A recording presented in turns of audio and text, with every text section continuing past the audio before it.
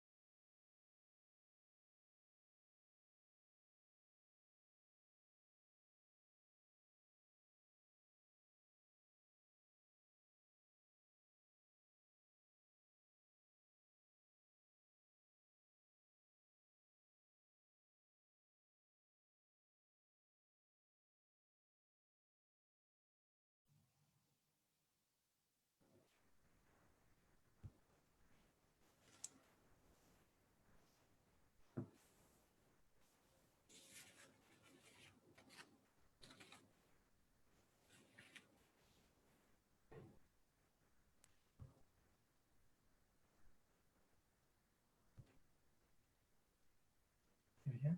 Oh, all right.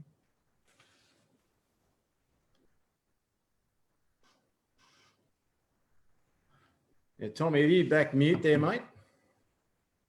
I'm muted. There we go. Hey, we're good at this.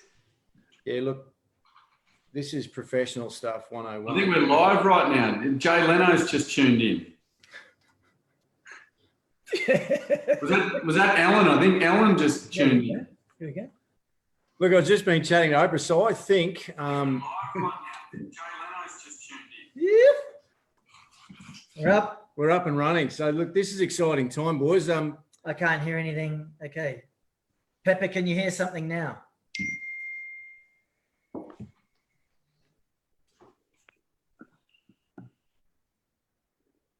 I think we're okay because, and look, if you are able to hear me, this is probably a good starting point, is to apologise for our rookieism. Is that a word? Rookieism. But I think we're going to build and get into this. I think we're okay. All right. So look, I think it's time to kick off Growing Good Men, continuing conversations. I'm really excited. So people in our Facebook land, Tommy obviously has had enough. So look, his best work may have been done earlier on. Thank you very much for joining us tonight. To say we are excited is an understatement. I don't know whether you can see that on the screen, but if you're joining us for a second time, it means you made it to our first event, Growing Good Men, starting conversations that count. We felt like we left a lot on the plate, and Shike, I'm going to steal that from you because I think it sums it up beautifully. We set out with a really lovely intention to talk to our school community and a lot of others around how we can help our young men redefine some of the more traditional notions around masculinity. And I think tonight, what we're aiming really to do with the help of some fantastic, dare I say it, good men in our midst on this Zoom meeting, looking at what we can do to take that further. And we had a lot of questions left unanswered from our audience. And I really feel like we're going to tap into that tonight. We'll direct some traffic around some of the beautiful lenses that these wonderful gentlemen look at the world from, the experience and the passion that they bring. Nas, I can see you smirking already. If it's too much, mate, give me a thumbs up or a thumb down. It's all good. It is all good. Look, I happily introduce you now to three of my favourite human beings. And look, boys, I've got to say, I had a hard time working out, where do I start? Like, if I introduce Shike first, does Tommy go, well, I'm further away. Nas is in the highlight of Queensland's regional centres, Gympie. So with no particular order, fellas, what I think we'll do is we'll just introduce you. And look, Nas, given that you're in Gympie, I might start with you because I often quote you in front of my peers to make myself appear smarter. And I don't know if it works, but I often refer to, I have a friend who's a child psychologist. So Nas, welcome from the beautiful surrounds of what is obviously a motel in Gympie. And mate, if you could just give us a little bit of an insight in what you've been up to during COVID and since our first event, and a little bit of an understanding without too much damaging rhetoric around what it is you do for a work life, mate. Welcome. Thank you, Paul. Hello, everyone. I'm streaming live from the Gympie Muster Inn. The Domino's pizza for dinner. I'm all good to go. since COVID, I've just been working. Spent a bit more time writing reports, I guess. Lots of Zoom meetings. I probably part answered Paul's second question. Since 1990, I've worked with kids and families, but primarily kids and young blokes having significant trouble with getting kicked out of school. So in alternate school, in juvenile detention, and that sort of thing. So I've been doing that for 30 years now, in varying sort of forms. So at the moment, I spend most of my time working with the adults who are looking after adolescents and children in residential care around regional Queensland.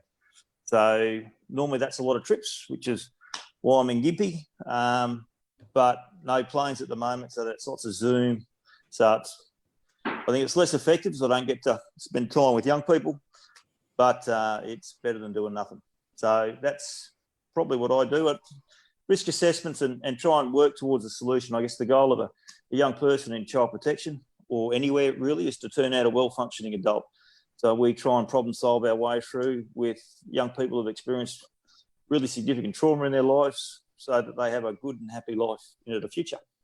Nice, thanks, mate. Now, Shiko's right next to me. So, Tommy, I'm going to defer to you. And if you hadn't seen Tommy in the video, he has one of Australia's finest mustaches. And while we were waiting to live stream, Tommy, I hope you don't mind me sharing this. He said, when you took the skim off the almond latte up there in the northern beaches, it left just a little bit too much to go on. So he shaved it off, mate. Welcome. We are so very, very privileged to have you. You've done some fantastic work, not only with Growing Good Men, our first event, but some of the workshops you've been doing with our boys, mate. Forever grateful. What have you been up to? And can you give us a bit of an insight into the world of Tommy Herschel? Yeah, thanks, Bully, mate. Yeah, great to be back, mate. Even more impressed, I just want to acknowledge the Nuss for having a Churgan roast dinner tonight, the old pizza. Mate, one of the fine meals. I'm a very proud Churgan boy, you know that, Nuss, so well done on that, mate. And yeah, look, the mo's gone. I took about 12 seconds to take all of the 18 hairs off my top lip, mate. 39 and still waiting for shoulders and facial hair. But, mate, yeah, what have I been up to? Gee, it's been interesting. I got back to Palm Beach, Currumbin to run another series of workshops with you guys, which was just mind-blowing. I think we had some of the most unbelievable workshops, of the whole period so far. And, mate, as well as that, as soon as we got back and I got back from the Gold Coast and the whole world sort of turned upside down, I was on my way up to the Northern Territory to do a job up there for a month and could sort of see what was going on. So I loaded the car up and threw the family in the car, mate, and bolted as far west as I could and ended up out on the Darling River for a couple of weeks. And then from there, that was out near Wilcannia. From there, ended up at a mate's sheep station called Nelly Ambo, which is near Cobar, and then made in beautiful Narromine, where my heart lies. But mate, the work that I do, as you know, I'm an old school teacher. Once a chalky, always a chalky. That's in my heart forever. Thanks to Johnny Keneally, who was a teacher there at Palm Beach, Currumbin. And mate, look, the work I do is about taking blokes. I do a lot of work out in far western New South Wales and Queensland. And a lot of blokes out there will say, hey, look, I'm going good, but the bloke down the road's, I'm not going that good, but the bloke down the road's doing it tougher. My work is about saying to the bloke who didn't want to talk much about what he had going on, about saying, hey, mate, stop, take a moment, and I guess find your feet and let's have a conversation. So it's about getting blokes uncomfortable. It's about saying, mate, give yourself the time to talk. We want to hear. Blokes want to listen. Blokes want to ask you questions. So, mate, look, I love it. It's an amazing work. And, I'm stoked to be able to travel around the country and do it. Beautiful. Thanks, mate. Now, literally and metaphorically, my right-hand man tonight is one of my favourite human beings, as I said before, and very honoured to have him here in the Chateau Le Bull Pit in downtown Churgan. We are pretty close to social distancing. I don't know if you've got your tape measures out at home. Don't judge us too harshly. But Shiko van der Werf, it is with great pleasure I get to sit next to you tonight. And, mate, tell us a little bit about how COVID's been for you and an insight for the folks at home as to what it is you do. Yeah, thanks, Paul. And evening, Nuss and Tommy and everybody else. I think we've got about 100 people watching at the moment, which is pretty cool. I'm humbled and grateful to be here. And one thing that I think you mentioned in your introduction, Paul, is that you've got a couple of experts to deal with tonight. And I'd just really like to debunk that myth straight up.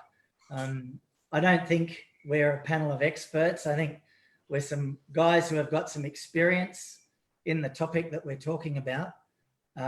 There's a lot of evidence-based techniques out there. There's a lot of research and data about bringing up kids. And it's always something that has really fascinated me with the work that I've got to do. I'm a coach by trade.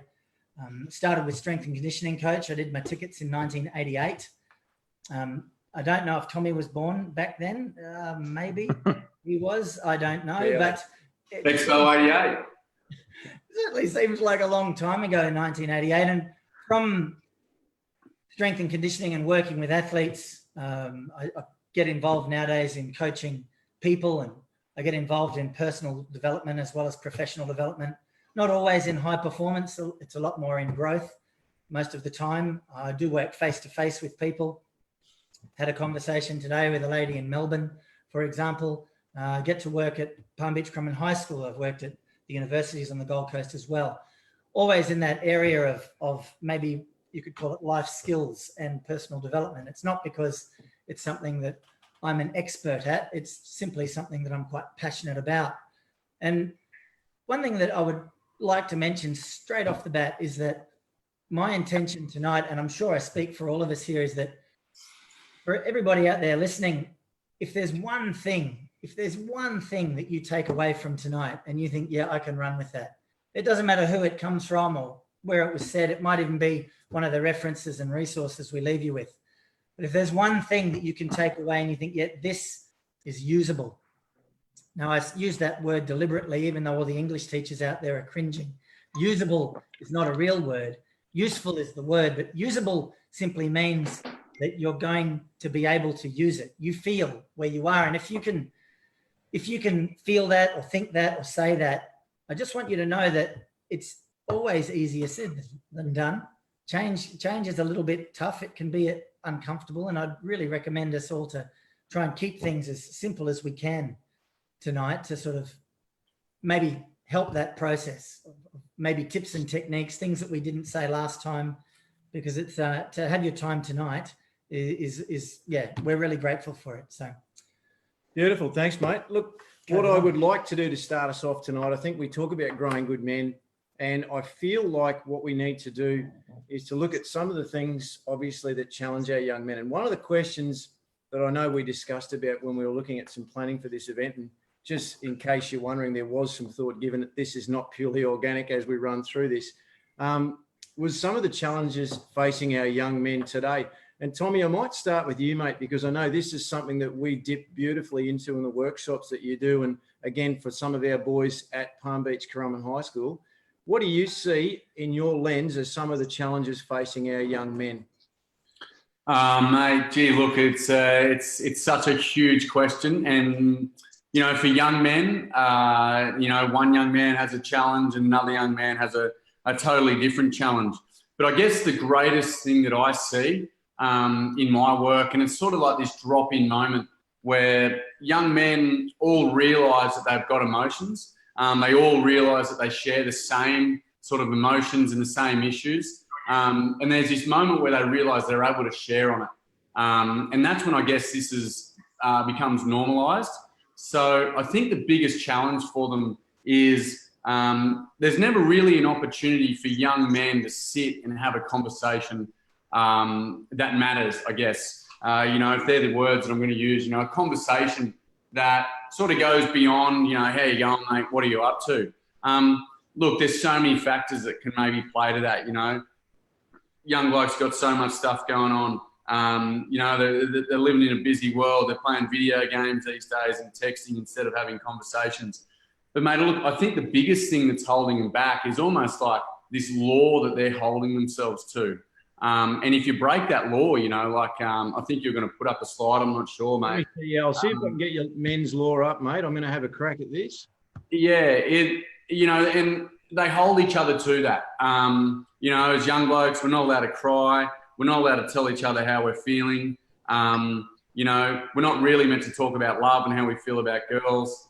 All of those sorts of things. you know, we've got all these amazing young men who are sort of hidden away. They want to do it and they want to have those conversations. But then you've got, you know, like the heroes that we look up to as young blokes who, you know, maybe the footballers, they may be the surfers, the good-looking blokes who, you know, they're getting all the girls and they're scoring all the tries. And they're sort of lauded as, you know, as the heroes. So I think there is, you know, there's this real restriction that blokes are putting ourselves on. I always say to young fellas, we're really only going this far as blokes, you know, whereas we've got the opportunity to really go up. There we go, mate. There's my beautiful mate from Trangie, Timmy there above men's law. So what happens when we provide that opportunity for them to have that conversation is they dive into it. You know, the minute that you give a young man the opportunity to have that chat that goes beyond how you're going, you know, they really take the bull by the horns. And most of the time, mate, it isn't the boy who, you know, runs the ball up 26 times in a game and makes 50 tackles. It's normally the kid who, you know, has sat on the steps on his own for the last 7 years at school, suffered bullying, been, you know, all that sort of stuff, is the one who stands up and goes, hey, boys, yeah, I'll take the chance to have a conversation. You know, I suffer a lot of anxiety. You know, I've got an eating disorder. All these sort of issues that pop up, and all of a sudden you'll see or you'll feel the shoulders in the room drop, and a relief, because everyone all of a sudden is able to have a conversation after that young man's, you know, being vulnerable. And all of a sudden we go from being that big to being able to stand that tall. So, mate, look, I think that's the biggest thing that I see that is holding young men back. And we do that really easily. So just quickly, like a bloke out in the bush that I work with will say, like I said before, hey, mate, I'm doing it tough, but the bloke down the road's doing it tougher. So what's holding that bloke back from talking about himself? Mate, he doesn't want to be a burden. He doesn't want to hold, you know, sort of make the room feel bad. He doesn't want to, you know, bring a bad vibe into what's going on. He just wants to hold on to it, mate, you know. But what happens is it builds up over time, and I think we're going to talk about that later. So, mate, the biggest thing, you know, holding back these young blokes is they don't let themselves be as beautiful as they can be, you know. And in a way, they're not allowed, you know. We had that men's rule pop up, and they're held to it until they're given that opportunity to pop, which is the work that I get to do, which is amazing. Yeah, and look, I can say from experience, I sat through a lot of your workshops, and for me, as a father of a young boy who actually sat through those workshops, you know, when we discussed it, it's amazing what young men hold on to, and you've provided them with an opportunity to talk about it and then hopefully look at what they can do with that, you know, once they've had that opportunity. So, yeah, good stuff, Tommy. We might move over to you, Nuss. So I hope the pizza's settling in nicely, mate. And I know you've been on is it the Evian or the Perrier, the finest that Gympie can provide. Mate, you've got a very interesting lens in the work you do. And I guess I know over the years that you and I have chatted about some of this, you certainly, and correct me if I'm wrong, you see the darker side of society, but it doesn't mean that you don't have an acute view of what it means, you know, raising your own son and dealing with a lot of the young boys you see. What do you think is probably some of the challenges that really stand out for you? Well, I think that there's a great deal of common ground between two groups, those groups who are functioning pretty well and those who are really struggling. You know, as you said, you know, I guess, Paul, a great deal of my work in the last 10 of that 30 years has been around sexual abuse, those who are sexually abusing others and those who have been sexually abused. And their struggles and you know, what Tommy's saying is a very, very big part of all of that. It's also similar to the struggles, you know, I've helped coach Suns footy teams for the last 10 years and they're high-functioning young blokes who are doing pretty well in a whole range of places. I think that the challenge for young men, boys, and I don't think it's that dissimilar for girls, actually, is really around being who they actually want to be. There's this thing that you and I have spoken a bit about, Paul. It's called desired reputation. It's the complementary opposite of peer pressure. Peer pressure says peers get me to do stuff. And it's actually rubbish. People do stuff because they want to fit in with peers. That's the thing. Because as a psychologist working with kids who have done, you know, I'll get a referral, kids been stealing cars or kids been doing other dodgy stuff somewhere and they're doing it with peers and I want to fix that kid. Based on the assumption of peer pressure, I just need to go talk to all his peers. No point in talking to him because he's only doing stuff because other people make him. He's actually doing stuff because he wants to fit in and be accepted. So the theory, the line would be there's no such thing as antisocial behaviour. It's all social behaviour. It's just orientated to being accepted by that group doing dodgy stuff. My little catch cry that, you know, we've shared is, you know, want to be in a rock and roll band, you've got to play guitar. You've got to do stuff to fit in with people. Otherwise, you can't. And that's true for football. It's true for kids in the academic excellence program. And there's all inordinate amounts of pressure on kids in some of those programs. So the reality is it's this desire to be seen in a certain way, accepted by a certain group. People make very, very bad hermits.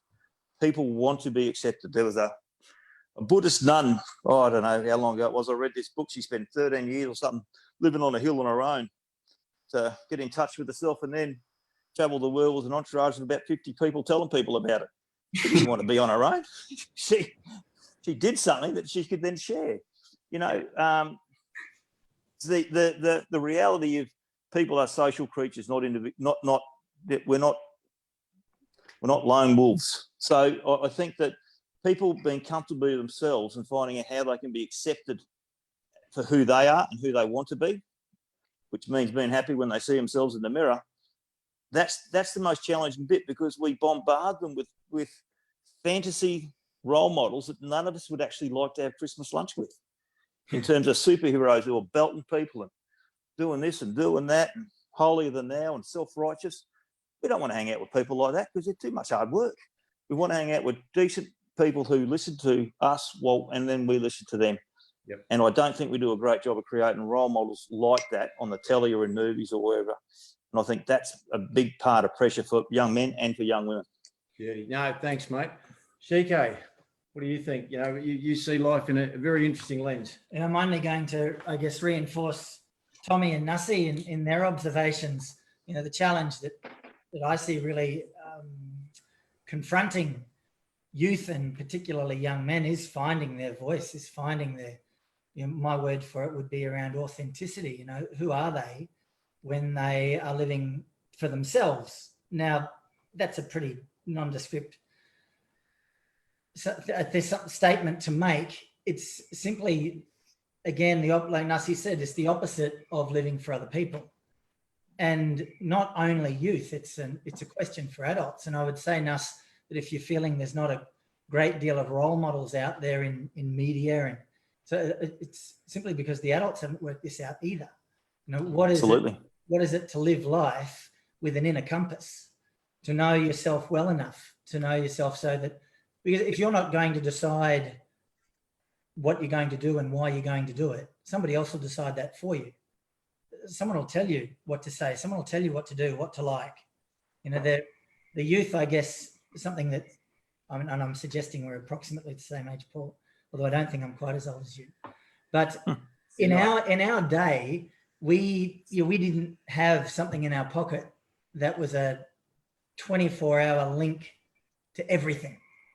Nothing's not on your phone. And most teenagers have a phone. And in fact, most of them it's the last thing they see at night, and it's the first thing they see in the morning. So these standards that they're wanting to live up to, or these external voices in their day, are so normal. And it's not something that we encountered in our day. Things were different. We socialized differently. You know, we sought information differently. We sought entertainment differently. And as a result, we had different role models. So I think youth today has really got to cut through a whole lot of stuff that we maybe didn't have to cut through. And that is a real challenge, to find that internal compass, to find their authenticity, their story, reinforcing Tommy and Ian, as you were saying, it's the opposite of peer pressure. It's the opposite of what the world wants you to be. And the world will tell you who to be. If you're not prepared to sort of find your feet, again, a nice phrase from Tommy, to, you know, we're not talking about maths problems. And I've got to give credit today to a guy called Dougie, who I had coffee with down at Good Day in Tugun here this morning. And he said, you know, parenting and being involved with youth, it's not like a maths problem. There's not a formula and a solution at hand. You know, it's messy and it's individual, and there's no one size fits all. And so to navigate it as an adult is hard enough, let alone to navigate it as youth. And I've got to say, though, that the programs that I've been lucky enough to run with Paul at the high school and even the younger adults up at Griffith, they really do take to this, and you'd be surprised at how small steps in a new direction, or if they're prepared to be uncomfortable enough, if they're prepared to look in the mirror and like that person, that small steps, the payoff is disproportionate. The payoff's big. You know, they notice it quickly. Beautiful. Right, boys, I'm going to put a bit of pressure on you now. You know, we talk about this idea, we're growing good men, or we're certainly having some conversations around it. So I'd love to hear from you if you could give us some insight into what you think constitutes a good man. And Nuss, I'm going to start with you, mate. So no pressure, just a really quick insight. What do you think you would define, or what are some of the qualities that you foresee a good man possessing? In terms of the qualities, I think there's a whole range of things. You know, honesty, integrity, what Shikay said, the capacity to be honest and true to yourself, your values and your attitudes. You know, things like, certain values and attitudes are culturally, religiously based, and they vary from, country to country, culture to culture. There is some pretty standard ones, though. I think, I've spent a fair bit of time in some tremendously isolated Indigenous communities in the Territory that still maintain very close connections to traditional culture.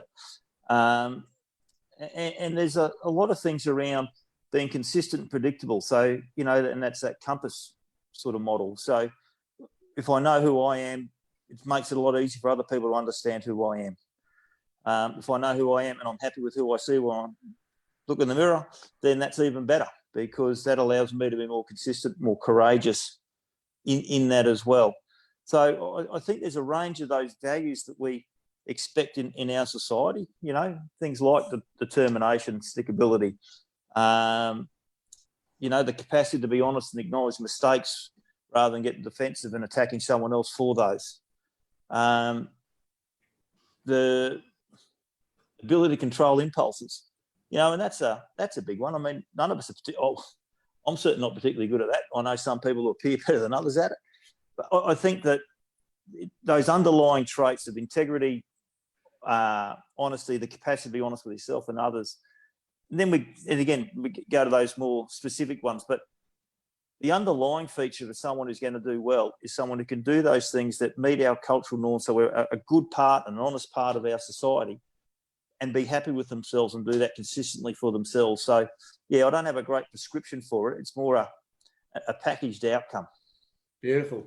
Now, Tommy, I think one of the things for me, we looked at those workshops, and consistently that it comes up, the young men in those workshops, whether it's right or wrong, have a very clear perspective on what they think the values of a good man are. And it's not until you challenge it that they really start to look at some alternatives. So I guess, mate, for me, one of the things that I've seen with the young guys in the workshops that you've done is you really are working in the deficit model in terms of some of the more traditional things that we think are masculine, but really what we want these boys to get to is where you take them in some of your workshops. So, mate, fill us in on where you think those values are for you and a good man. Oh, mate, look, I mean, I was thinking about it when Nuss was talking then, about how, there is that shift, and it can be so quick. Within 2 hours, a young man walks in holding the weight of the world on his shoulders and never felt camaraderie. And he walks out, shoulders dropped, and he's smiling, he's laughing, and the boys are getting around him, and he's getting around the boys because he's been given that opportunity to move past all that rubbish that they go on with. Rubbish, geez, I go on with it, I still do it, and I think what it is, it's we're talking about good qualities of a man. All these blokes have got it. We've all got it.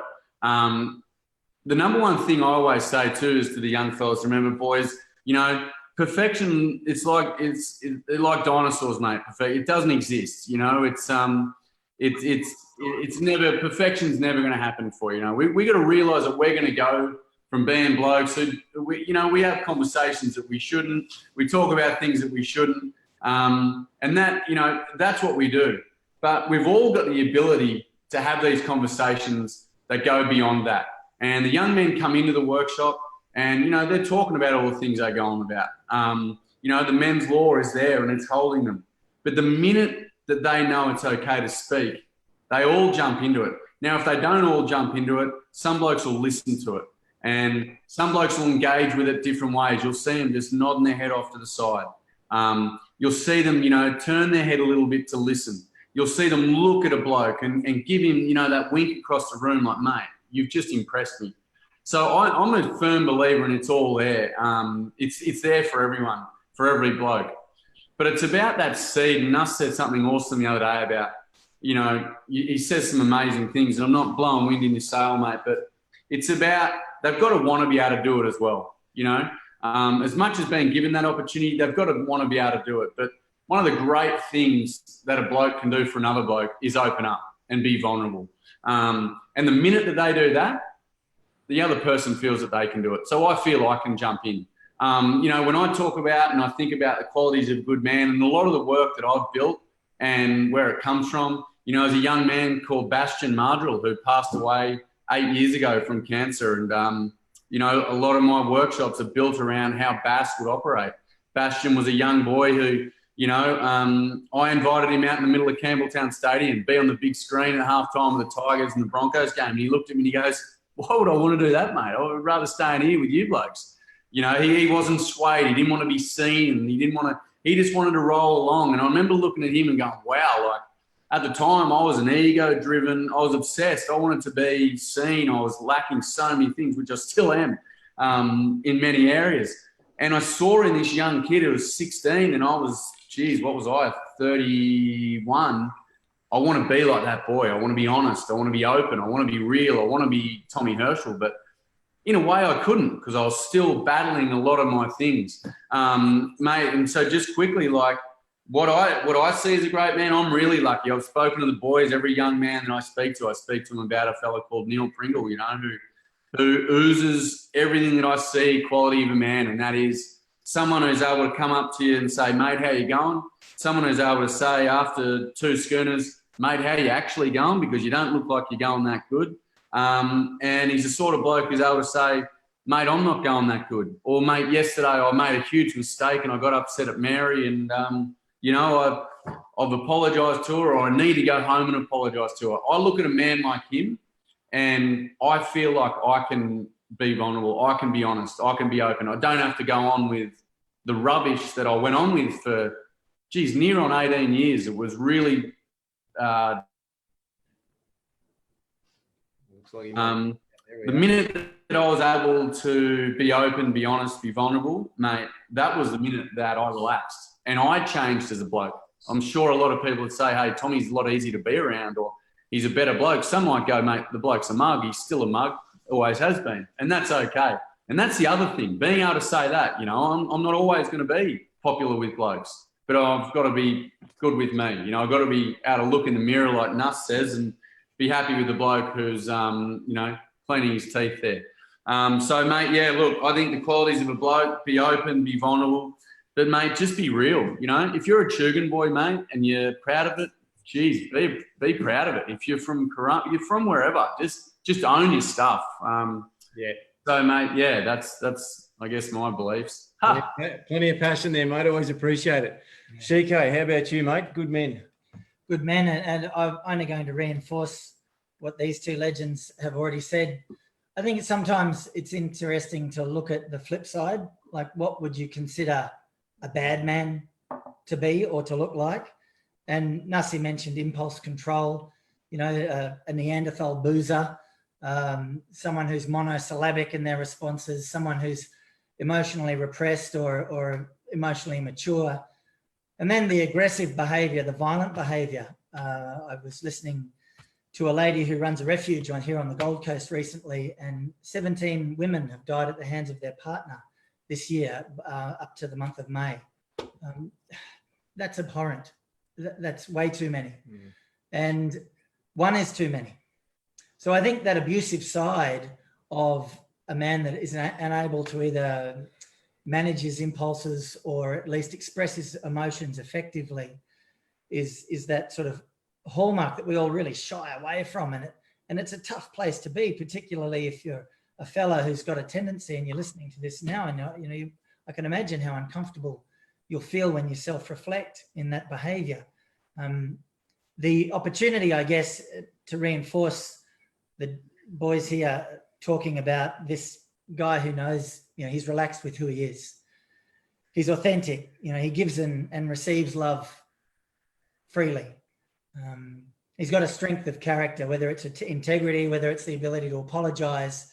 He knows when he's right, but he also knows when he's wrong. And it's a combination of being driven by his values. It's a combination of being able to communicate effectively and to build relationships. It's a bit like a few other things. When you see it, even though it may not be, but I think we're all saying the same thing. Yeah, absolutely. And it was kind of a little bit like when we're talking about youth and boys. We want to see that behavior in boys as well, not just in men. Beautifully put, CK. And it's interesting too, you talk about the opposites. I don't think we talk about young men who are empathic, compassionate, loving, and all those things, and again, Tommy, this is certainly something that surfaced in your workshops. We value things like physical strength and physical presence and the ability to be aggressive. The difference for me in terms of self-regulation, being assertive, not aggressive. And, when I look at men that I value and the aspirations I have for my son and his friends, I want them to be compassionate. I want them to hold down loving relationships where they're able to exhibit large amounts of self-control and engage in positive relationships with everyone they meet. When people walk away and you're left in the room and go, what a good bloke. Mm. That's the sort of stuff for me. So yeah, thanks boys. Now what we're going to tap into now. Just lastly, it's that ability, like we're all works in progress, right? Absolutely. We are all works in progress. Each one of us, everybody listening, male, female, young, old. And we've got to be comfortable with that. We've got to be okay with that. Yeah, no, well put, CK. So we got a question last time from one of our audience members, and they said, what do you think is the strongest barrier in a young boy's life to becoming a good man? And I guess if we reflect on what we've just said, what do you think actually stops this from happening? Shiko, let's start with you again, mate. So what do you think are some of the barriers for our young men? Yes, and this is something that we talk about in the program at PBC. It's called Potential Through Tenacity. And I know you've got a slide there. I'll whack it up. Yeah, this is a really simple formula, and it comes from a guy called Timothy Galway, who's one of the coaches.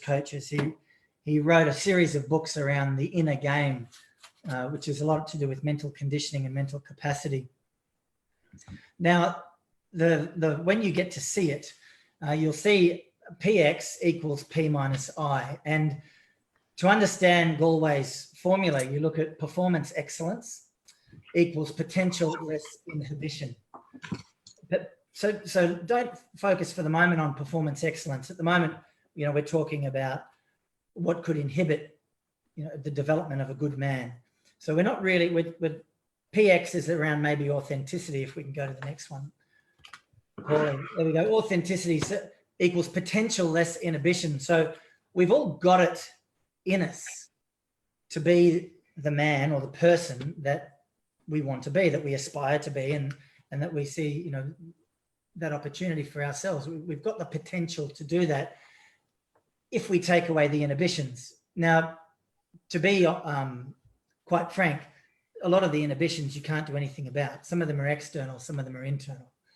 It might be the voice in your head that's holding you back from being potentially as wonderful as you could be in an exam or on a stage or speaking in a webinar. You might be facing a little bit of toxic or fearful internal language. That might be an inhibition. But then you might also be inhibited by the circumstances you're born into. The transgenerational transference of things like poverty, but also patterns of behavior, particularly abuse. And I know, Nuss, you would see some of this in your work, can be, in fact, real barriers for young people to go where they want to go and to fulfill a bit of their potential. So that would be the the internal, external inhibitions that we place on ourselves. The biggest internal inhibition that I see in youth is certainly their ability to feel self-worth and to feel, I guess, self-love and self-care, which relates, of course, to how their self-esteem is. And I guess the more, self-worth and love they have for themselves, the less easily they are influenced by those external voices that we all have in our life and in our world.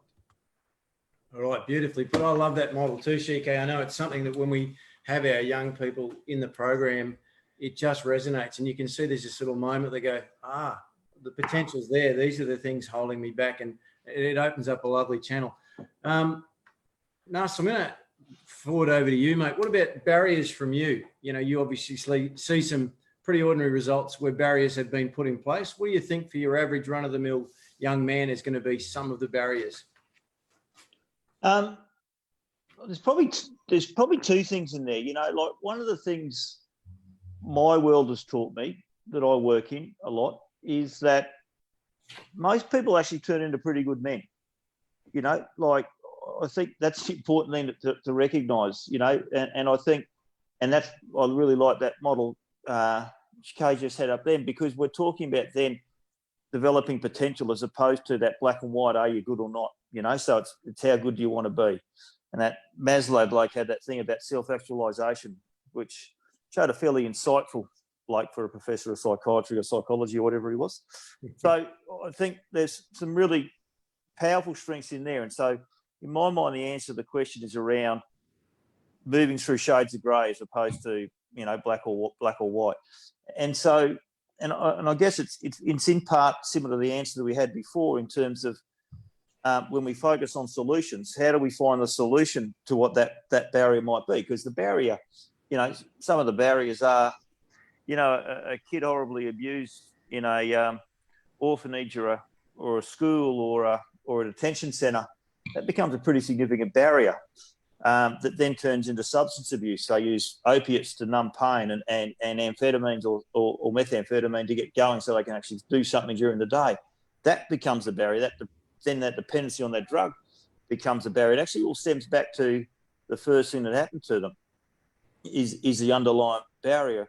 And so the solution becomes how do they move past those problems? And so for me, in terms of that developing potential is how do we move past the inhibition? So what is the thing that's causing, like Shike said, it's internal or external, it's something that's happened or something I do. It's how do I move past that? And that takes me to the thing we spoke about the other day, really, and that's that thing around finding that balance to look at, focusing on a task. Because one of the things that people do faced with a barrier is they get really tasky, focus on doing the task at the expense of, and it could be a family task, it could be a work task, but at the expense of all else. They don't do anything for themselves, or they don't focus on the relationships around them that are important, or they focus on social stuff. Someone who just focuses on social stuff achieves nothing, and no one wants to do anything with them because they never go anywhere. Or the individual one, which is just that egocentric, self-centered sort of stuff that no one wants to talk to you because you're a pain in the bum because it's all about you. So it's actually finding that balance. And, you know, one of the things we spoke about for me would be, you know, a dad wanting to help a son or a daughter move forward and become the best person they can be. A young person growing up to be the best person that they can possibly be is finding that balance. So finding that balance between the things we have to do or really want to do that other people think we should do, and then having those relationships and the connection to allow that to happen. So in terms of those barriers, I think when we've got a focus on one of those at the expense of the other two domains of task or personal goal, group goal, personal goal or social connection relationship, when our focus gets too fixated on one of those three things, everything's going to suffer. And if we focus, and the other part of that is if we focus on a problem as opposed to a solution, we're also going to achieve less. It's got to be about solving problems and moving forward. And I think someone said that before about moving forward. And it's also got to be around finding that balance between those three areas of all our lives, of the tasks, the social relationships, all the stuff in our own values and our own needs or wants. Beautifully put, Nuss. Tommy, you with us still, mate? Mate, well, honestly, Nuss, like you just, mate, you literally gave, you know, I'm not the most articulate fella, and I probably wouldn't say I'm the smartest man getting around. But mate, you literally just described and you put words to, I guess, my story, and I guess I can really only reflect on this question in a way, I guess, of my own experience. And, you know, when you started talking, you know, I just wrote down straight away alcohol. You know, for me as a young bloke, you know, I guess it started even before drinking, but I was a young fella that just wanted to be loved, you know, like unfortunately my family sort of separated when I was 10. My old man bailed to far north Queensland, and in my head, you know, I'm going, why did he go, and why did we split up, and why aren't we a family? And you're asking yourself that. And Bully, you and I have been in the room with young men and they're saying, it's my fault and I feel responsible. What I'm thinking is, you know, at that time, I didn't have the ability to think about my mother's situation and why she left my father. I didn't have this situation, the ability to think about my father and why he bailed to far north Queensland. I didn't have that. I didn't have that opportunity to do that. I was a young fella who was surfing at Tubes, playing at the Seahawks, playing soccer at Palmy Sharks, and just doing my best. But when I was listening to you talk, mate, you know, like I was just a young fella and I just wanted to be loved, you know. And the number one thing is, you know, I just didn't know how to love myself. So what I would do is I'd go out and just try and get it everywhere else. You know, that love that I felt I didn't get from my old man, and I sort of didn't get from mum, even though she was the most amazing mum and she still is. You feel beat, you know, you feel like you're on your own. So you go looking for it everywhere else. And I did it in class. I was the best smart ass in the class. I was the loudest. I was the rudest. I was the naughtiest. And then it went into alcohol, you know, and in alcohol, I was allowed to get drunk. I had all the mates, you know, like I wanted 1,000 mates. I didn't just want 3 or 4 genuine mates. I wanted 1,000 because I wanted to get I wanted the blokes going, mate, you're a legend. I love you dearly. You know, like the ego was out of control.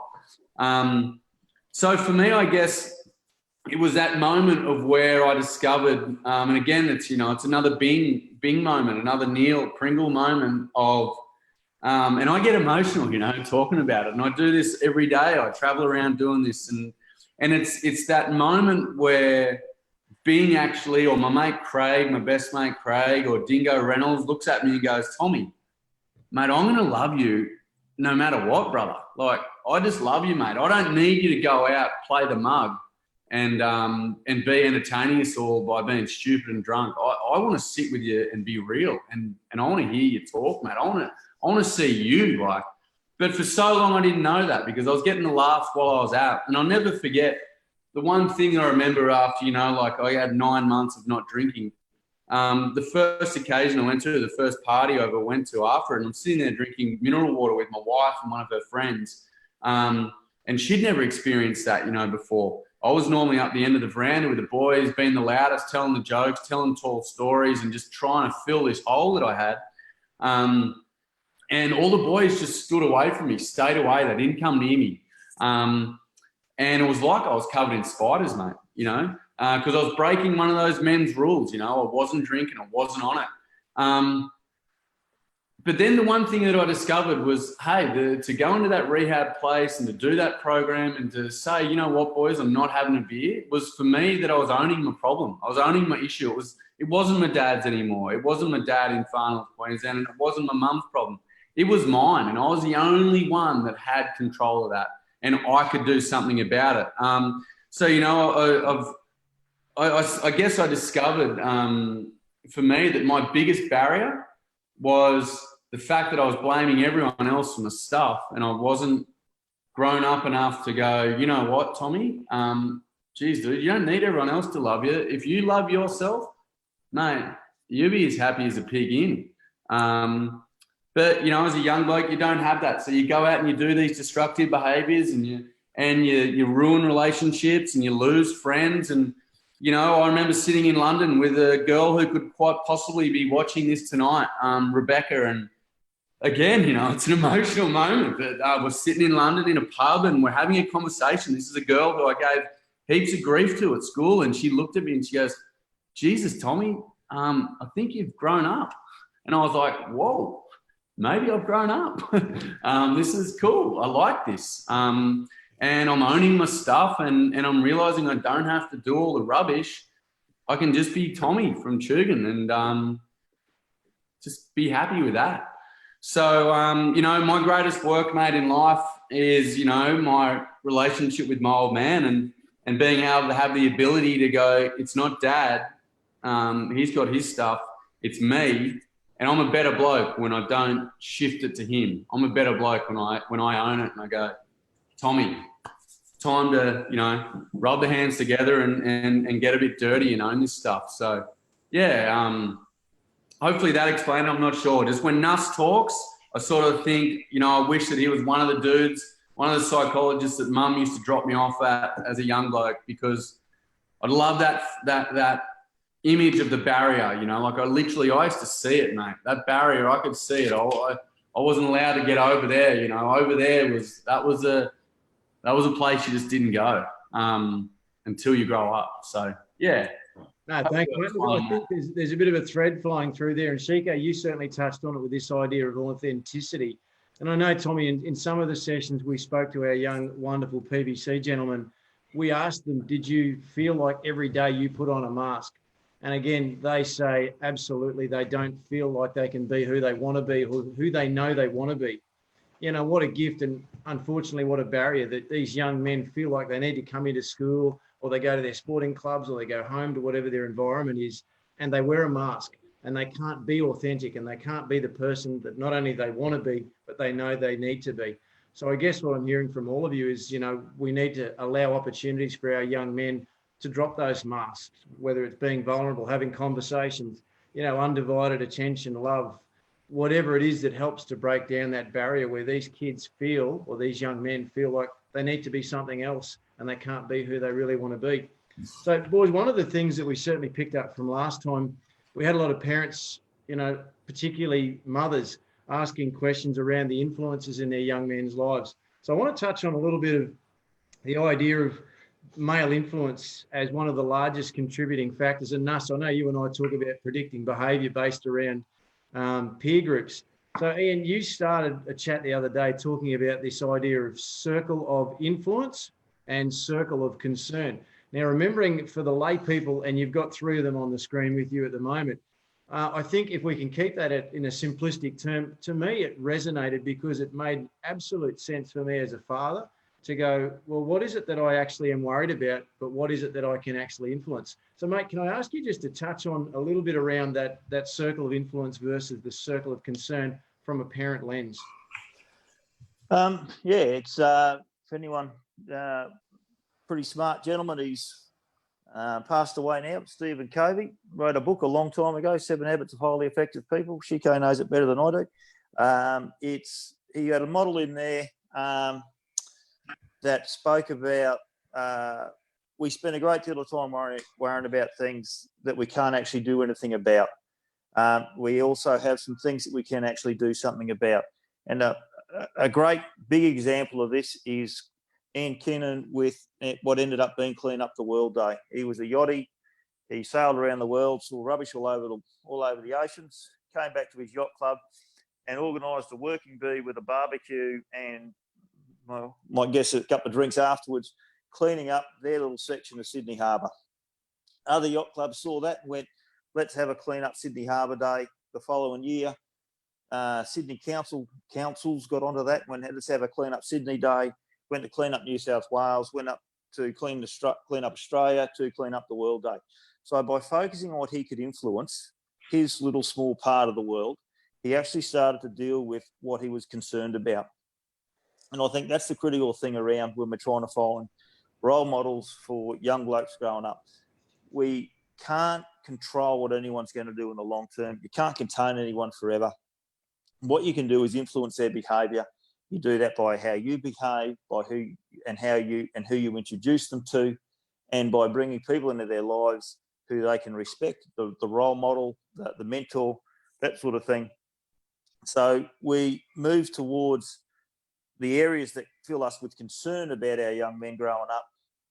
and we can influence that by the people we bring in, by the boundaries we have. A big thing, I guess, is that stuff we say as a teenager, a kid doesn't no longer listen to their parents. They're no longer important. But the reality is, in their teenage years, teenagers push against the boundaries that have been established in their childhood. Put them in here, they'll push there, here. But if you hold them too tight, then once the kids get out of that level of control, that's what the research tells us, and the practice tells me, things go pear-shaped. People who never explored, seen life, had options, tend to run a bit amok, get a bit too loose once they move out of that area of tight control. So it's important to influence what we can, actively influence, think and plan. And by doing so, we're actually going to start to impact on the areas that cause us concern. Is that... Chico, what did I miss? Don't doubt yourself, mate. You're a world-renowned child psychologist. So I don't know about that. Better, let's be honest. No, look, I just think that's a really nice way, because I think sometimes parents feel like they have to control everything, and really, you have an opportunity in some way to influence your kids, but you need to be very deliberate about what it is that you actually want to target. So, Chico, I'm going to ask you again, mate. I love when you talk about your young fella and you say, I'm on Team Taj.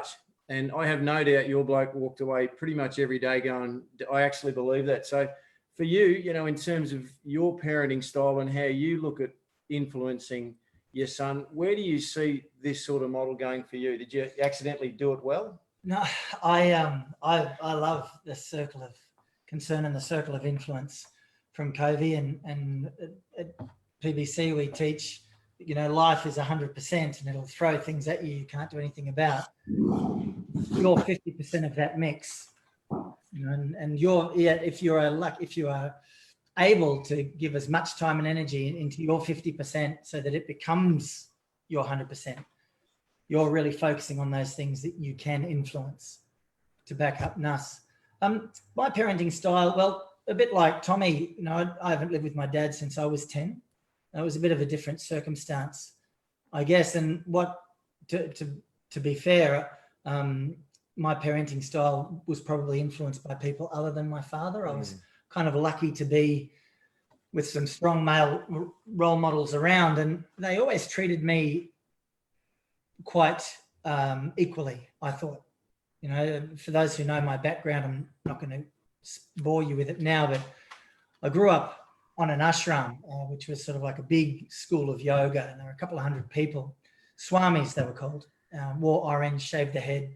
I really rock a bald head and an orange robe, you can probably guess. But I was brought up, and as a youth, I was always treated quite equally, and my own parenting style really lent towards that. There was none of this, kids should do what they're told, not be heard, not, seen but not heard, and do as I say, not as I do type parenting. I ate every coloured, healthy mush that my kids ate. If there was a rule in the house that they couldn't do, and then I couldn't do it either. More recently, that would be around devices in the bedroom. Yeah. This type of thing. If it was good for the goose, it was good for the gander. And I guess as a parent, we love our kids so much, and it's very hard not to be in love with them. And what I mean by that is, if you're in love with somebody, particularly your own kid, you're really not very good at putting boundaries around that. It's almost like you're a groupie to a rock star. You idolize them to an extent, and yet boundaries give kids a sense of safety, and as a result, they give kids a framework to discover an identity for themselves safely. And without boundaries, that tends to fall apart pretty quickly, and they'll look for somebody else to tell them, where the boundaries are if their parents aren't doing that. So we had strong boundaries in our household, my parenting style, and yet that love was always present, and the support. And yeah, the I'm on Team Taj, or I'm on Team Maya, and hello kids if you are tuning in, which I really do doubt that any kids are watching this, right? We're a bit of a 18 plus time slot, aren't we? You should see Bully and I actually don't have pants on.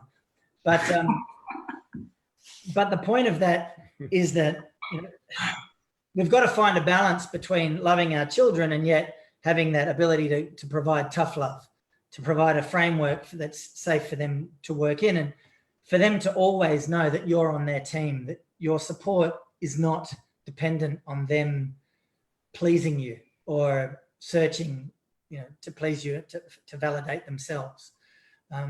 It's a hard balance. It's an ongoing process. I might get it right some of the time, but I would stuff it up a lot of the time. And I guess that's it's the best job in the world, and it's also that's the worst job in the world, isn't it? Parenting. Someone should write a book on it. Seriously, imagine that. Well, it's interesting for me too, because I often find myself, as you guys would, talking to people about this, and particularly people at school. And, for me over the years, I often say, you love your kids. It doesn't mean you're always going to like them in the moment. And you can love your kids, but don't trust them. And that goes with a number of different things. So, I really love that you're saying that, Sheke, put boundaries in place. So, Tommy, you're a little bit earlier in your parenting journey, mate. So any thoughts from you around how you think as a dad you're going to navigate bringing up your son? And look, I say this, you've made some stuff very clear that, you look at your young bloke, and I know you've got aspirations for where you want him to be. So what are your thoughts on you as a dad? Oh, mate, look, I just, I had hands like feet when it came to building anything or any sport. So hopefully he's got coordination, which he does.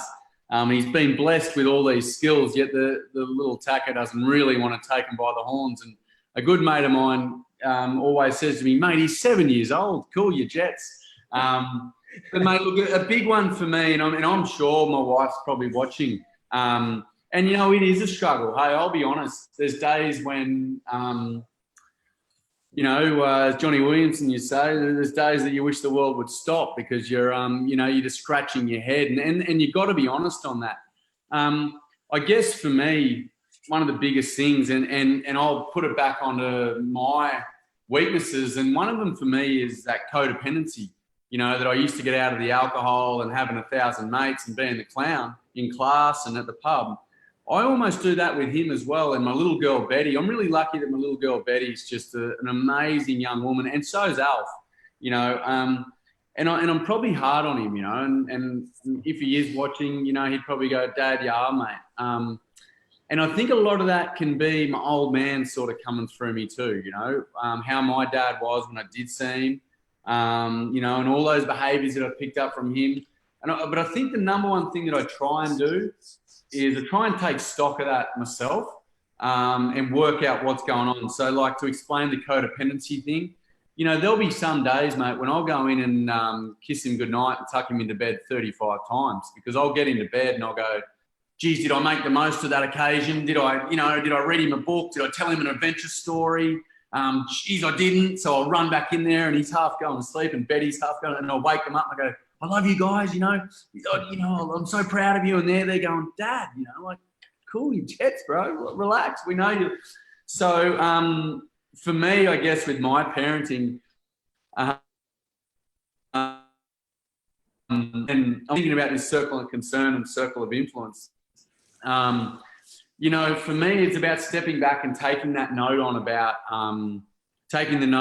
being, I'm a father, as well as a friend. So making sure I stay solid with, directions I'm giving, but listening to him, and my little girl, Betty, again, on what they want. I think that's my biggest issue that I've still got a lot of work to deal with is still that ego for me of wanting to be busy, wanting to be doing the work. Sheke, you said something rad to me when I first met you, which was, mate, you're flying around a lot and you're going to this place and that place, you feel important. And it really resonated with me because I was like, shit, yeah, mate, I love being in that Virgin Lounge, mate. Like some days I feel bulletproof and that's ego and that's awful, that's just crap for me. But again, that's one of the things I'm working on in my life, and trying to roll out and trying to be, as a parent, I guess, as honest as I can. When I think about that circle of concern, I've been building this program going from I can't to I can. It's all about a checklist for young blokes and what they can check in with. And I gave a young fella out in Trangie, I did a workshop with him the other day, and I said, mate, you head off and you think about a few steps that, you know, you could work with. And I'm not sure if I get the circle of concern and the circle of influence, but this is how I see it. The first thing he came back with the next day was, he goes, mate, I think the number one thing for young blokes is they just need to not look into next week. Let's just look at this afternoon. If I've got an issue, let's just look at what that issue is, and then what can I do after it to operate with it? You know, like I used to look at issues, mate, and it was like, you know, ACP or, you know, Bauer magazines. There was issues all over the joint. I'd be like climbing over them. That's how many I had. But if I looked at just one or two, I reckon I would have had a much better grasp.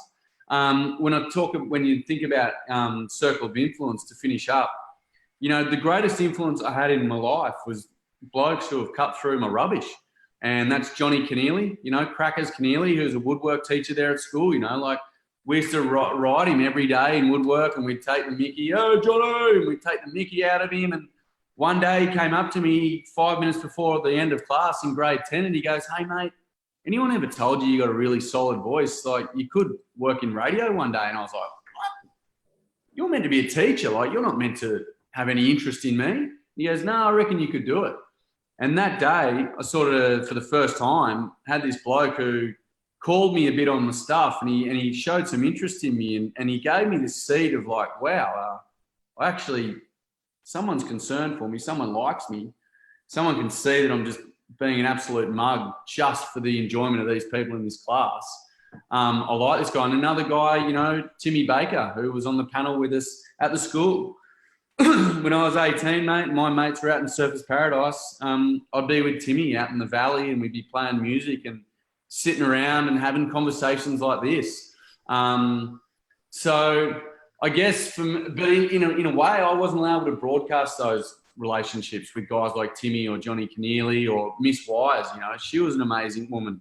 As a young bloke, you're not allowed to really tell your mates, hey, I wasn't at Shooters last night, boys. I was on the bridge out at the valley with my mate, you know, talking about life and stuff like that, you know. So, yeah, I'm not sure if I got the circle of concern or circle of influence, but I'm going to call Nuss and book in a few sessions anyway. So, he's a genius. I don't know if you can afford Nuss. I don't know if you can afford him. Look where he's staying in Gympie. Hey, Nuss, He's a good artist, though. Look at the artwork he did just before he came on the show. Mate, Yeah, good. all my work. there's a bit of therapy there. Mate, I just want to check the lights. What time they go out in Gympie? Oh, mate, not until late. I'm on the highway. Yeah, perfect. Hey, I just- look, mate, one of the things we've talked a lot about, you know, and I know you may feel similar pressure. As an educator, it's like the mechanic's car, you know, you're very mindful you don't want to park out in the front yard with a dodgy car that's breaking up. And the same thing applies to us. You know, there's a level of expectation we probably put on ourselves to get it right. So, you know, for you as a father, where do you see your priorities? You know, what are your aspirations for your son, and where do you sort of go when you're spending so much time where you see it go so badly wrong and you come home? You know, how do you navigate that landscape? Probably just time with. There's a bloke who was mentioned him at the first thing at the school there. My honours supervisor, the developmental psych lecturer at Armidale, and he had this. He came out of California in the '60s. He had some world famous people as we've spoken a bit about this stuff. It really comes out of attachment today, but you know, and he had this thing, me and we, just spending time with, being with, and that's what I guess I would have always tried to do with my son and again daughter. It's a really important part of having a relationship with a young person, because you know the reality is the kids I work with or the kids I have at my house, they don't need a 50-year-old bloke as their friend. They need a 50-year-old bloke as their father, as a mentor or a role model for them. I had my crack at being 16. I'd like to think my son's doing a lot better than what I did at it. So, you know, I think for me, it's really around sometimes it's about taking time just to be with, to sit on the sofa and not want to have a conversation. And I see that borne out in, you know, I do some training with my son. I've made myself a serial pest at running water and being the reserves assistant coach at footy for 10 years. him and his mate surfing. It's time with, and it's, again, it's a Kobe story around, how much doing stuff with your son, because that's how much you love your son, as opposed to how much you love Kobe's stories about baseball. I don't go to all these baseball games because I love baseball. I go to these baseball games because my son loves baseball. Kids, the workers who care for kids in residential care, the thing that I think is really powerful, and when we see really significant change with a really vulnerable and damaged young people they work with, is not out of a really important conversation. It's actually millions of little conversations is my phrase for that. We create change out of a million little conversations and time with. Sitting on the sofa, watching something I don't particularly want to watch on the telly, but just being in the presence of, to allow that sort of stuff to flow. That's the critical basis of it all. It's not a silver bullet. It's lots of time. So would you draw the line at something like maths, mate? So Zach comes to you, says, Dad, I'm into maths. Will you join me on the couch? Your answer is no. All right. No, because that would actually just be a sign of failure if he was watching that. No, fair enough. I could ask those lucky people that are still with us, and thank you for persisting. If you've got any questions, we are able to check on Facebook. We have technology as such that we can keep an eye on it. I want one little topic we're going to touch on before we finish up with some questions, hopefully from those beautiful people that they're watching us. Tommy, one of the things that resonated very much with our viewers last time was your idea of the Coke bottle. And I know it just made sense to kids. We had a question from one of the audience last time on advice for kids managing stress. And I know this is something for you. You talk about personally, but also around advice, your Coke bottle. You did a little video for us, mate. If you could give us a bit of a summary on where you think parents could use this analogy, what would it be? Mate, yeah, look, first up, that idea of the Coke bottle, I learnt that from an absolute champion bloke called Kane Tremills, who's just an awesome facilitator that I was lucky enough to work with. And yeah, so I want to make sure, I didn't come up with it, but I saw Kano do it, and I took it on because it just explained so much to me, and the way that it works is what we're doing in our life. And I mean, for myself personally, what I did for 25 years was I went and got that Coke bottle and I just jammed it full of all of my stuff. And I'd do it late at night when I was drunk and it was the middle of the night, and I cried into the bottle and I'd put it all in there. And I'd do it, when I was on my own and I was crying to myself and I wasn't obviously at school because you weren't allowed to do it there, but I'd just fill it up all the time. So that Coke bottle was full because I didn't have the skills to know how to go to that Coke bottle and release the pressure of it. Because what happens when we just fill it up, mate, it just grows and grows and grows. It's the same as us. When we hold on to all of our stuff, eventually we're going to explode. So what it is it's bringing in these skills, I guess, and these tools to be able to go to that Coke bottle and pick it up out of the fridge and go up to a mate almost and just slowly take the lid off just a little bit. So the pressure, just tiny bit. What's going to happen? You're going to hear a little bit of a noise. It's going to be a little bit of a, sort of thing. But for us, that's a sigh. That's the shoulders dropping, relaxing. We say to the young fellas, what's going to happen to the Coke? Well, it's going to go flat. That's exactly the same as us. After maybe sharing something, there might be a bit of a hangover after it. Do we say too much? But it's about normalising that. For a young bloke, they might go for a run. They might kick a footy. They might surf, being on the Goldie 5 or 6 hours over a weekend. How are they going to feel on a Sunday morning? They're going to wake up feeling pretty sore. They're going to wake up feeling pretty worked. And it's exactly the same thing with this. But what we need to do with the Coke bottle is avoid those moments where it explodes. So for me, I'm brutally honest with young blokes. I remember exactly the night I was, where my Coke bottle explodes and exploded. And it probably exploded a few little times along the way. But there was that one time where I realised, hey, I've got to go and get some skills to take this lid off. And open it up. And again, it was my mate Bing who, Neil, I rang in the middle of the night, the typical way of doing it. The Coke bottle was full. I could ring him.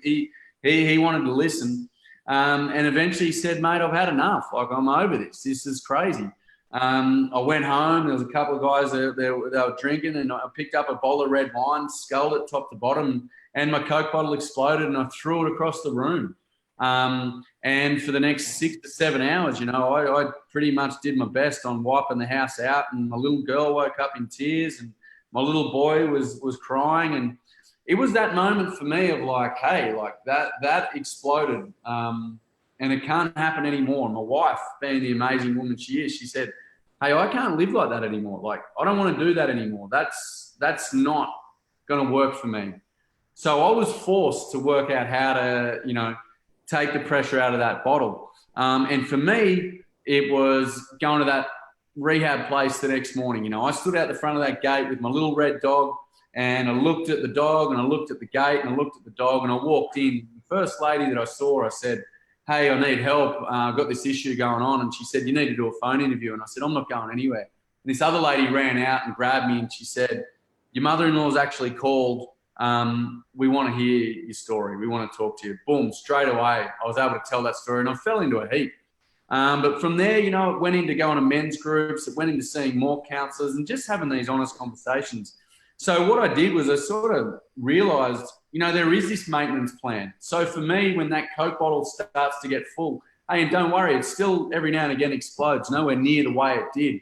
But I'm never going to be perfect. But what I do now is when I realise that Coke bottle's starting to build up and the pressure's starting to build up, I'll go for a surf. My wife will say, go for a swim. I'll drink heaps of water. I'll try and eat a little bit better. I'll ring a mate and have a conversation. I've come up with this thing, you know, the great Matty Hayden, who I think's, you know, on Watching Tonight, is an absolute legend. He said to me the other week, mate, I went fishing in South Australia the other day and I killed the pig at Jumping Pin. And I straight away knew what killed the pig meant. Like for me, it was like I ripped in, I went hard, and I had a fat time. And it's the same thing. That's one of my maintenance, you know, steps that I'm in there, that I put in there. A good mate of mine, Matty Reynolds, he'll run 20 Ks every morning. Now, you don't have to run 20 Ks. I run 3 Ks, and I run it at about 6.5 minute pace. But I call it the 3 mile magic, because after I've done that 3 Ks and I've pushed it, I'm at that zone of going, mate, I can do this. I go from I can't to I can. So it's a part of this little program, I guess, or maintenance program that helps me take the pressure off so I don't explode. You know, there is a stat I've read before that 85% of blokes who commit domestic violence report that they just lashed out. I just lost control. And most blokes, I reckon, will say that. They'll go, mate, I don't know what was going on. 1 minute I'm at the pub having a conversation. Next minute I'm on the street and I'm having a blue. Because we don't know how to extinguish that like explosion, or we've never had the opportunity not to get to that point and just cool down and simmer down. So, mate, that's the Coke bottle. Makes sense, mate. Love it. To me, it resonates. And I know, talking again to some of the boys in those workshops, they said that it just made sense that their Coke bottles are full, and they being able to tell their story allowed that little moment. Nas, I'd be interested to hear from you, mate. So, again, if we're running with this idea of how we help our young men manage stress, what sort of stuff would you say to parents is going to be useful in terms of helping our young men work out ways that they don't end up with a full Coke bottle and bang, they explode? Oh, I think what Tommy was just talking about was being aware of what's causing them stress. You know, we so often, that's that old saying, you know, the straw that broke the camel's back. And we worry about that last thing, but it's not the straw that's the problem. It's the other pile of stuff that's underneath it. You know, that's where the issue lies. So stress doesn't sit, you know, in our physiologically, stress doesn't sit in distinct little piles. This we worry about this and we worry about that. It sits on top of each other. So it piles up until the Coke bottle explodes. It doesn't, and so it's keeping the pile small, and it's dealing with those things, and it's that honesty to deal with. You know, you spoke about the mask at school before. You know, when I can't be comfortable about who I am, I'm putting myself under pressure to keep other people happy. So again, in terms of finding the balance between those 3 things, I'm putting myself out of kilter already.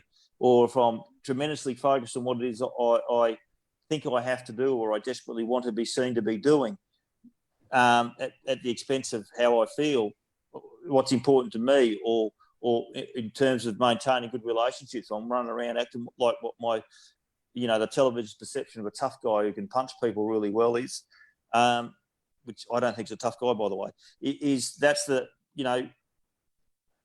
it's understanding where my stress is actually coming from, as opposed to just trying to, and I think Chico and Tommy have both spoken about this, just trying to plough through the things that are causing me stress. So that comes down to that conversation that Tommy works with young people to start having, like, how do I talk to people about what's actually going on?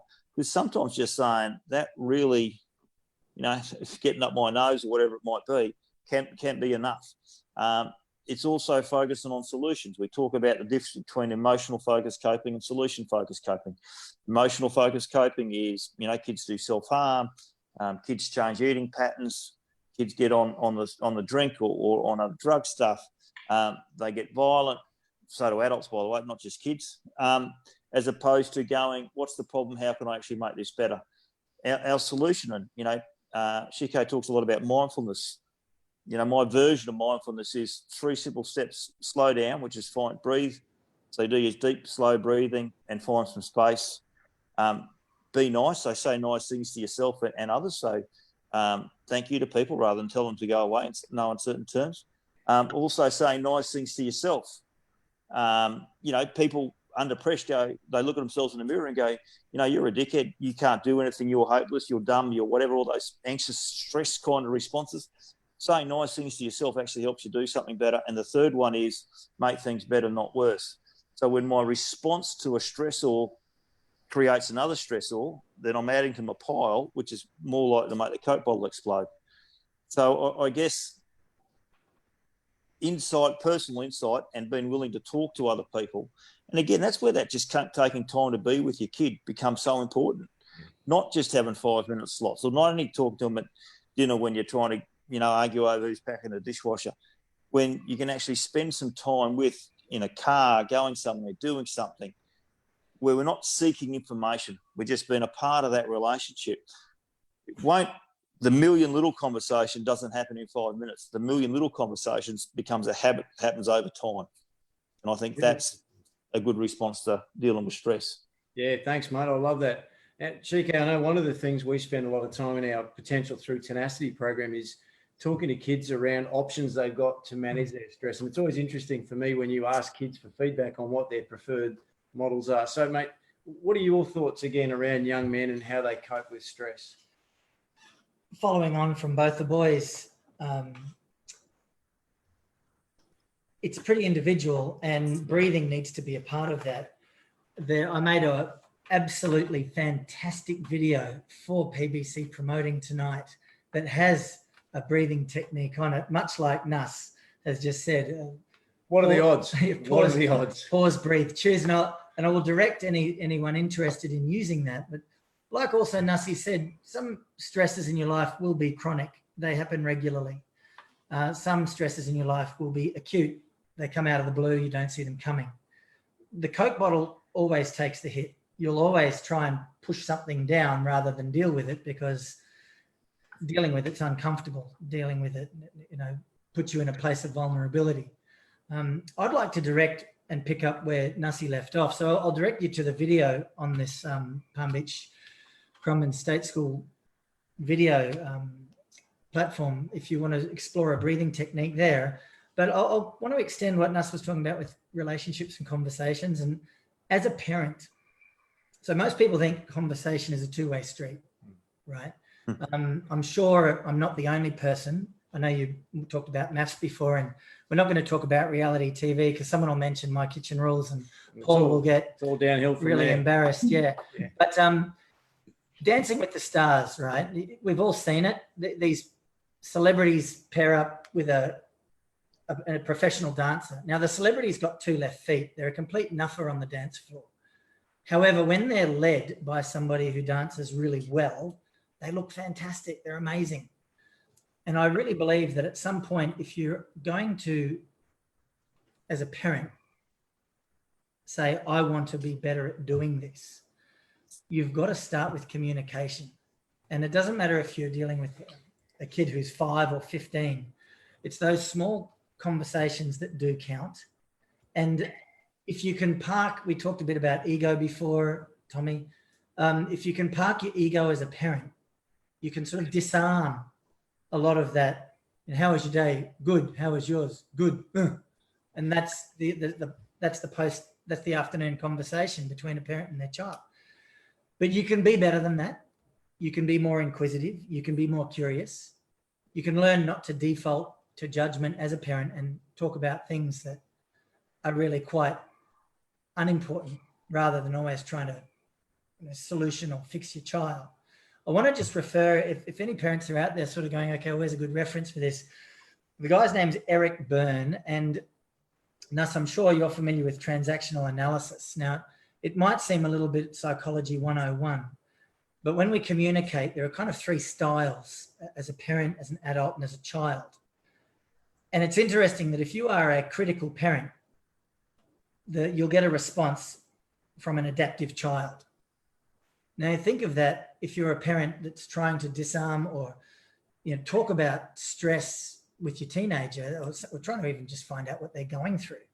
They're endlessly frustrated, they're endlessly irritated, they're putting things in their Coke bottle, it's about to explode. But if you want to open them up, you can't come at them as a critical parent. You've got to learn another way. You've got to practice another way. And it will start with you as the parent, because you need to be the professional dancer. You need to lead the nuffa with 2 left feet. You need to be able to influence that. And you can do it. It's not going to be something we're necessarily born with innate communication. We can learn to do it better. And if transactional analysis, it's an easy search on the web. Look it up. It'll give you some ideas as how you might open conversation up as opposed to shutting it down. Because once you're dealing with an adaptive child, you've basically got no way in. You'll be shut out every time. And don't think it's just parents and children. More than one time, my wife's sort of maybe criticized me and I've turned into an adaptive child like that and just spat the dummy or some other response, which is anything but, collaboration and connection. And with a little bit of connection in terms of relieving stress for an adolescent, they will turn to people who will listen to them. And if that's not you as their parent, I would like to think that it could be soon. So I don't know what your experience with that is, Nuss and Tommy, in ways of opening up an open dialogue with maybe a teenager that started to shut down, or, they never talk to me, is a common expression I hear from parents regularly. Where to start with that? But it doesn't take 2 to tango. It doesn't take 2 to communicate. It takes 1 to lead effective communication and influence that space. All right, lovely work. Now, boys, we are heading towards the end, and I need to express absolute gratitude. I can see we've still got a fair few people that have hung in there with us. Thank you so much.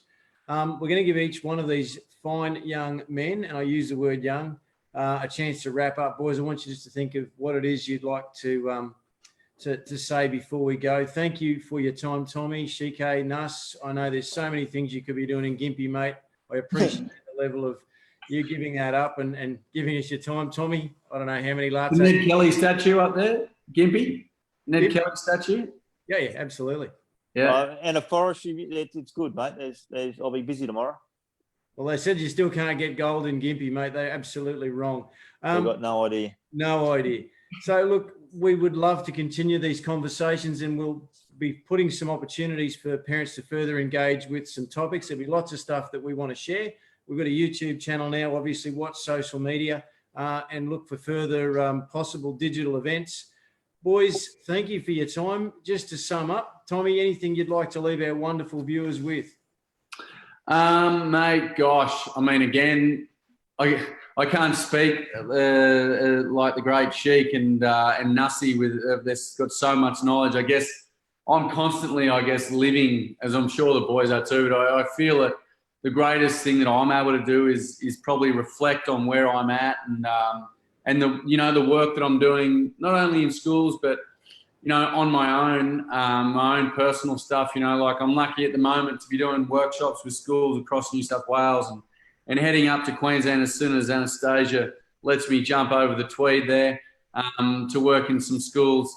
But I think, mate, at the moment, the greatest thing that I can sort of reflect on is is even where I've been, you know, the last few days. And I did a podcast with a bloke the other day, and I gave my old man a really good touch up on the podcast. I said things about him that I shouldn't have. And I got later in that afternoon and I texted the bloke and I said, hey, mate, any chance you can delete that stuff? And he said, yeah, no problem. He said, why, what's going on? And I said, well, I guess I realised that what I was doing was the easy stuff. And the easy stuff for me is putting grief on the old man, ragging him for being the bloke that he is, you know, and not doing the hard stuff. And the hard stuff is getting uncomfortable, which is all the work that I do, which is about going, well, hang on a second, take it away from that person and bring it onto yourself and have a think about where your old man's at possibly at the moment, in his own head and his own heart. Have a think about, you know, his history and his past and how he's gotten to the point he's at. And, you know, one day he might be ready to have conversations with me and one day he won't. He mightn't, sorry. But I think the greatest thing, the realisation I had that day was the work that I've still got to do to find forgiveness, even for my old man and even maybe him for me, of how I've behaved. So if anything that I can leave, it is I cannot wait to go and have a snakes. I'm busting to go to the bathroom. But is just to be honest with where you're at personally. You know, I think that's our greatest asset that we can give is the ability to go, well, hang on a second. I can't change or control that person, but I've got every bit of an opportunity to dive into this skeleton and, you know, air the dirty laundry, I guess I call it, and just be honest with myself. So be honest, have fun doing it, and enjoy the fact that, you know, you're not perfect. Get out of the queue, stop racing with everyone else, and sit back and get on the hill there at Boyd Street and watch out for radar when rugby league comes back to Boyd Street Oval, boys. That's my final piece. Yeah. All right, well, Tommy, we certainly look forward to Anastasia letting you back into Queensland, mate. Coming into PBC, so thanks for that. What about you, Nuss? Your final words from the beautiful Gympie. I think the simple thing for mine would be, and it builds on everything people have been saying, is an old bloke who used to work for, Derek Lucas, down in Kangaroo Valley, used to say, listen to understand, not to respond. And so if you're going to try and talk to anyone else about anything else, our focus should be on listening to what they're saying to understand, asking our questions to further our understanding of what they're saying. And that's the bit that works for kids. Yeah. And your children, is if someone's talking and you get monosyllable, you can find the right question to answer, ask at the right time. Because we don't always want to talk sometimes. We don't want to be subject to inquisition all the time. Probably particularly after school. We just want to be able to chill sometimes. So listening to understand as opposed to responding with wisdom and direction is pretty good. That sounds like, I saw you write that down, Tommy. I'm going to take that one and have a crack tomorrow. It's Gympie gold, mate. You know, the Nuss just... mate, Derek Lucas, Operation Challenge, Lucas Stroller, Kangaroo Valley. Mate, Circa I love it. 1992 or 1990 or something. All right. Hey, CK, final word from you, mate. I think For the dogs. the first words I mentioned tonight was that I really, really hoped that there would be one thing from the four of us that anyone who's tuned in or got on the live feed tonight, or who watches this tomorrow, people can watch this recording, whenever at their leisure. But that there's one thing that they could take away. And following on from Nuss, where you were saying, start small. It's the small little things that you might. My assumption is that if you are tuning in and watching this recording, and particularly now that we've been on for a little bit longer than should be legal, you're wanting to improve. You can see something aspirational in parenting. You want to do better. You want to be a better person, as we all do, as we all aspire to be. Start small, be really kind to yourself, put progress above perfection, because we all get it right and we all get it wrong. That's just the gig. And I hope that there is one thing, though, that you're pretty clear on taking away. And I'd encourage you to send us a message. There's more than enough platforms, either on the school Facebook page or abuse Paul via email directly, or compliment Paul via email directly. Like, Let's try give that. us something, because one thing that's for certain is that staring at the faces on the screen is not as much fun as meeting you in person.